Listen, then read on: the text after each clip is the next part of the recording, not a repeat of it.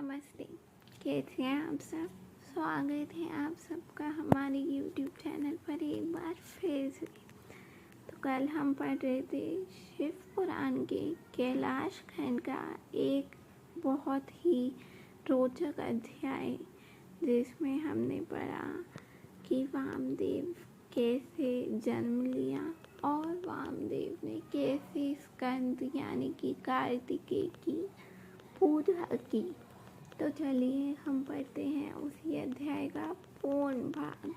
और अगर अभी तक आपने हमारे YouTube चैनल को सब्सक्राइब नहीं किया है तो जल्दी से जाकर कर दीजिए। वामदेव ने इस प्रकार देव से सेनापति भगवान स्कंद की स्तुति करके 3 बार उनकी परिक्रमा की और पृथ्वी पर दंड की भांति गिरकर नतमस्तक हो बारंबार साष्टांग प्रणाम और परिक्रमा करने के अनंतर वे विनीत भाव से उनके पास खड़े हो गए।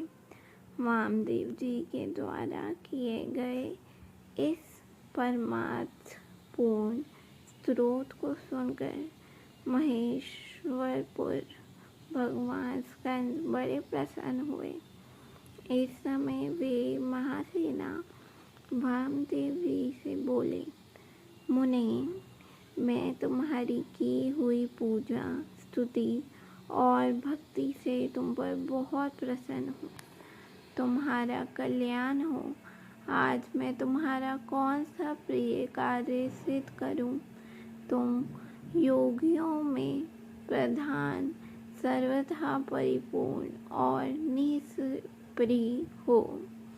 इस जगत में कोई ऐसी वस्तु नहीं है जिसके लिए तुम जैसे वितराग महेश महर्षि याचना करे।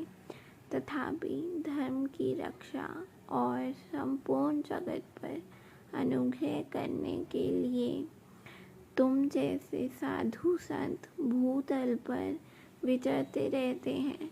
ब्रह्मांड, यदि इस समय मुझसे कुछ सुनना हो तो कहो। मैं लोक पर अनुग्रह करने के लिए उस विषय का वर्णन करूँगा। स्कंद की ये बात सुनकर महामुनि वामदेव ने विनयावतन हो मेघ के समान गंभीर वाणी में कहा। वामदेव बोले, भगवान, आप परमेश्वर हैं, अलौकिक और लौकिक सब प्रकार की विभूतियों से दाता हैं, सर्वज्ञ, सर्वकर्ता, संपूर्ण शक्तियों को धारण करने वाले और सबके स्वामी हैं। हम साधारण जीव हैं। आप परमेश्वर के समीप बोलने की शक्ति या बात करने की योग्यता हम में नहीं है। तथापि यह आपका अनुग्रह है कि आप मुझसे बात करते हैं। महाप्रयाग, मैं कृतार्थ हूँ। कर्मात्र विज्ञान से प्रेरित हो आपके समक्ष अपना प्रश्न रख रहा हूँ। मेरे इस अपराध को आप क्षमा करेंगे। प्रणव सबके उत्तम मंत्र हैं। वे साक्षात परमेश्वर का वाचक हैं। पशुओं यानी जीवों के पाश यानी कि बंधन को छुड़ाने वाले भगवान पशुपति हो उसके वाच्यार्थ हैं। ओम मति तीत स्वाम यानी कि ता ओम, ओमकार ही यह प्रत्यक्ष दिख देने वाला समस्त जगत है। यह सनातन श्रुति कथन है। ओमति ब्रह्मा यानी कि ता ओम अर्थात ओम यह ब्रह्म है तथा सर्वहोत ब्रह्मा यानी कि मांडू, ये सब का सब ब्रह्मा ही है इत्यादि बातें भी श्रुतियों द्वारा कही गई हैं। इस प्रकार मैंने समष्टि तथा व्यष्टि भाव से प्राणवाद का श्रवण किया है। तात्पर्य ये है कि समष्टि और व्यष्टि सभी पदार्थ प्रणव के ही अर्थ हैं। प्रणव के द्वारा सबका प्रतिपादन होता है, ये बात मैंने सुन रखी है। मासीन, मुझे कभी आप जैसा गुरु नहीं मिला है, अतः कृपा करके आप प्रणव के अर्थ का प्रतिपादन कीजिए।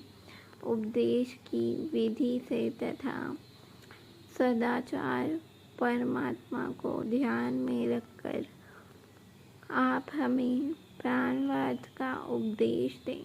मुनि के इस प्रकार पूछने पर स्कंद ने प्राण स्वरूप 38 श्रेष्ठ कलाओं द्वारा लक्षित तथा सदा पार्श्व भाग में उमा को साथ रखने वाले और मुनिवरों को घिरे हुए भगवान सदाशिव को प्रणाम करके उस श्रेष्ठ का वर्णन करने आरंभ किया, जिसे श्रुतियों ने भी छिपा रखा है। अध्याय संपूर्ण।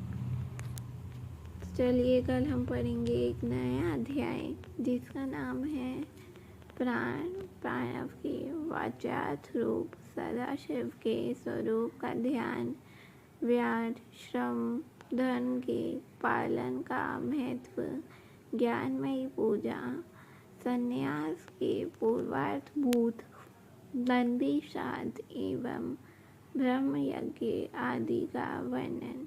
तब तक के लिए धन्यवाद, और अगर हमारी वीडियो पसंद आई हो तो लाइक और शेयर कर दीजिए।